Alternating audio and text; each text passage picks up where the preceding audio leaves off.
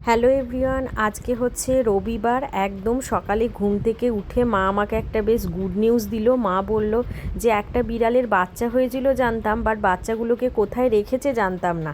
মা বলল চল, দেখতে পেয়েছি কোথায় রেখেছে। তাই আমি একদম ঘুম থেকে উঠেই বাসি মুখেই চলে এসেছি এই বিড়ালগুলোকে দেখতে। তো কিউট কিউট বাচ্চা হয়েছে বলো। তারপরে ঘরে এসে ফ্রেশ হয়ে মা চা বানিয়ে দিয়েছিল, চা খেয়েছি। আর মাকে আজকে বলাই ছিল আমি আজকে দুটো রেসিপি করব, একটা হচ্ছে তেল পটল আর একটা হচ্ছে লাউ পাতায় চিংড়ি ভাপা। ওই জন্য বাবা দেখো লাউ পাতাও এনে দিয়েছে, আর ওখানে তো আমি তেল পটল করেছি। আর বাবা বাজার থেকে তরমুজ, কলা আর এদিকে হচ্ছে আঙ্গুরও নিয়ে এসেছে। আর আশবাজারের মধ্যে এনেছে হচ্ছে কাতলা মাছ, এটা হচ্ছে কাতলা মাছের তেল। এখানে এনেছে চিংড়ি মাছ, আর এখানে এনেছে লাউয়ের ডাঁটা শাক। এটা হচ্ছে চিংড়ি মাছ, বাজার থেকে আনা হয়েছে। কিন্তু দেখবে যে চিংড়ি মাছ আমরা এখানে খেলে কেমন মুখে বিচি বিচি বিচি বিচি বাঁধে।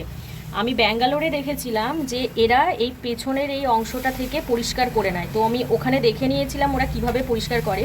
কিন্তু আমাদের এখানে যদি আমরা এখানে চিংড়ি মাছ কাটিয়েও আনি না, তাহলেও কিন্তু ওরা এই জিনিসটা পরিষ্কার করে দেয় না। তো চলো দেখতে থাকো আমি কিভাবে এটা পরিষ্কার করি। এই যে দিয়ে ছেড়ে দিলাম, আর এই দেখো কালো অংশটা সুন্দর এইভাবে টান দিলেই বেরিয়ে আসবে। আবার এখানে একটু লেগে আছে,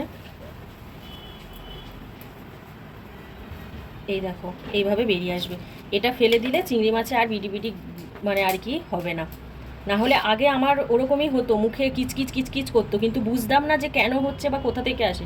তো আমি ব্যাঙ্গালোর থেকে এই প্রসেসটা দেখে এসেছিলাম। ওরা চিংড়ি মাছ কেটে দিলেই এই জায়গাটাও পরিষ্কার করে দেয়, কিন্তু আমাদের এখানে সেটা করে না। তো চলো বাকিগুলো আমি এরকমভাবে প্রসেসে সব কটা করে নেব, তারপরে পরিষ্কার করে ধুয়ে নেব। বাবা এমনি বাজার থেকেই চিংড়ি মাছ ছাড়িয়ে আনে, কিন্তু আজকে কোনো কারণে ছাড়াতে পারেনি। তো মা বলছিল আমি ছাড়িয়ে দিচ্ছি। বললাম যে না, তোমাকে আর করতে হবে না, আমি ছাড়িয়ে নিচ্ছি, তুমি বাকি রান্নাগুলো সেরে নাও, কারণ আমার রান্নাঘরটা ফাঁকা চাই। কারণ এই লাউ পাতায় চিংড়ি ভাপা করব না, তো ওটা দেখবে একটু সময় সাপেক্ষ। তো রান্নাঘর ফাঁকা থাকলে আরামসে আমি করতে পারবো। তাই মা ততক্ষণ বাকি রান্নাগুলো সেরে নিচ্ছিল, আর আমি এখানে চিংড়ি মাছগুলো খুব সুন্দর করে পরিষ্কার করে নিচ্ছিলাম। রান্না করছিলাম পটলের এটা, বাট গ্যাসটা হয়ে গেল শেষ। তো এখন গ্যাস লাগিয়ে দেবে, তারপরে এটা হবে। আর এটা জলটা রেডি হয়ে আছে, কিন্তু দিতে পারিনি, এটাকে কষানো হবে ভালো করে। তারপর এদিকে হচ্ছে পটল রান্না হয়ে গেছে, আর এখানে হচ্ছে চিংড়ি মাছটার প্রিপারেশান চলছে। এটা হচ্ছে সর্ষে, পোস্ত, দই সব কিছু দিয়ে ভালো করে চিংড়ি মাছটাকে মাখা হচ্ছে। আর এটা তো হচ্ছে ভাপা হবে, তাই উপরে তো একটা করে কাঁচা লঙ্কা দিতে হবে। তাই মা বলল গাছ থেকে তুলে নিয়ে আয় কাঁচা লঙ্কাগুলো। তাই আমিও চলে এলাম গাছ থেকে তুলতে। বেশি তুলিনি, বাকি অনেকগুলো ছোট ছোটোই, যেগুলো বড় বড় হয়েছে তো সেখান থেকেই চারটে মতো আর কি তুলে নিলাম। আর রোদ দেখেছো, আজকে বেশ ভালো রোদের তেজ ছিল, ভালো গরম ছিল। এই তিনটে তুলেছিলাম, লাস্টে আবার একটা তুলেছিলাম, চারটে তুলেছিলাম। তো চলো এগুলো তুলে আমি একদম নিচে চলে যাব। আর এখানে হচ্ছে মা মাছ ভাজছিল, তাই আমাদের দুজনকে দিল মাছ ভাজা। আর এখানে হচ্ছে ও লস্যি বানাবে, লস্যির প্রিপারেশান চলছিল। আজকে চলো দুপুরের মেনুটা তোমাদের সাথে শেয়ার করি। এখানে আছে প্রথমেই হচ্ছে হাঁড়ি ভর্তি ভাত, এটা হচ্ছে শাক ভাজা, এটা হচ্ছে লাউয়ের খোসা ভাজা, এখানে হয়েছে কাতলা মাছের তেল ভাজা, এটা আছে হচ্ছে আলু আর গাজর ভাজা, আর এখানে পাশে রয়েছে হচ্ছে পটল ভাজা। তারপরে আছে হচ্ছে একদম সেদ্ধ পাতলা করে মুসুর ডাল, কোনো ফোড়ন ছাড়া। এখানে আছে হচ্ছে তেল পটল। তারপরে আছে হচ্ছে কড়া করে কাতলা মাছ ভাজা। তারপরে আছে হচ্ছে আজকে স্পেশাল লাউ পাতায় মোড়া চিংড়ি ভাপা। তারপরে আছে হচ্ছে লাস্টে আমের আর হচ্ছে টমেটোর টক। এটাই আজকে ছিল আমাদের লাঞ্চ মেনু। সময় এখন 2টো মতো বাজে, আমি বসে পড়েছি একদম লাঞ্চ নিয়ে। আমার শাক দিয়ে ভাত মাখা হয়েও গেছে। তো লাঞ্চটা সেরে বাবা সকালে যে তরমুজটা এনেছিল দেখালাম, সেটা হচ্ছে কেটে দিল মা।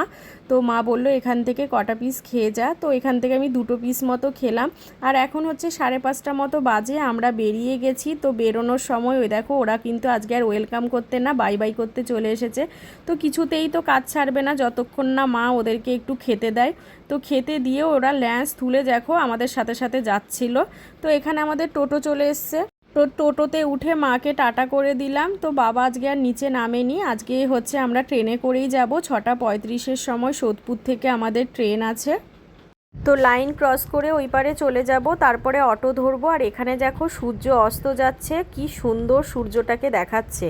আর এখানে চড়ে এলাম দেখতে দেখতে। আর এদিকে হচ্ছে অটো দেখলাম আজকে এখানে একটা অটো নেই, তো দেখলাম ছোটোখাটো একটা লাইন পড়েছে, তো ওখানে আমরা লাইনে দাঁড়িয়ে নিলাম। তো কিছুক্ষণের মধ্যে অটো পেয়েও গেলাম। আর রাস্তার মধ্যেও দেখো ওর বিরাম নেই, ও আগে দেখে নিল ওর আশেপাশে কেউ দেখছে নাকি ওকে, তারপরেও শুরু করে দিল মুখের ভঙ্গিমা। তো আমরা অটোতে উঠে গেলাম, একদম কিছুক্ষণের মধ্যে ফুল হয়েও গেছিলো, অটো ছেড়েও দিল। এখানেই অটো থেকে নামলাম, তারপরে একদম সাবওয়ে ধরে স্টেশনে উঠলাম আর চলে এলাম সোদপুর স্টেশনে। আর এখানে অনেকক্ষণ একটু ওয়েট করতে হয়েছিল, 10-15 মিনিট পর ট্রেনটা ঢুকলো। তো এই যে আমাদের ট্রেন ঢুকে গেছে। আর ট্রেনে উঠেই ভিডিও করতে পারিনি, কারণ ট্রেনটা বেশ ভালো ভিড় ছিল, দেখতেই পাচ্ছ ভালো ভিড় আছে। এখন হচ্ছে একদম লাস্টের দিকে স্টেশন, ওই জন্য দেখো আস্তে আস্তে ফাঁকা হচ্ছে। তো স্টেশন থেকে নেমেই আমার বেশ ভালো গরম লাগছিল, বললাম একটা মাজা কিনে দাও, আমি খেতে খেতে যাই। তাই জন্য ও এখান থেকে একটা মাজা কিনে দিল, মানে এই ছোটোই নিলাম। তো ওটা তাও পুরো শেষ করতে পারিনি সারা রাস্তা ধরেও। তো মাজা খেতে খেতে আমরা বাড়ি চলে এলাম। তো বাড়ি এসে অনেকক্ষণ রেস্ট নিয়েছি, কোনো ভিডিও করিনি। তো এখন হচ্ছে রাতের বেলা, মা রাতের রান্নাটা বসিয়েছিল। এখানে মা বসিয়েছে হচ্ছে এঁচোড় চিংড়ি বসাবে বললো। তো মা জিজ্ঞাসা করছিল ভাত খাবো না রুটি খাবো, আমি বললাম যে রুটিই করো। আমি তো ঘরে বসে রেস্ট নিচ্ছিলাম, আর এখন 11টার মতো বাজে, ও একটু বেরিয়েছিল, তাই এখন বাড়ি ঢুকলো।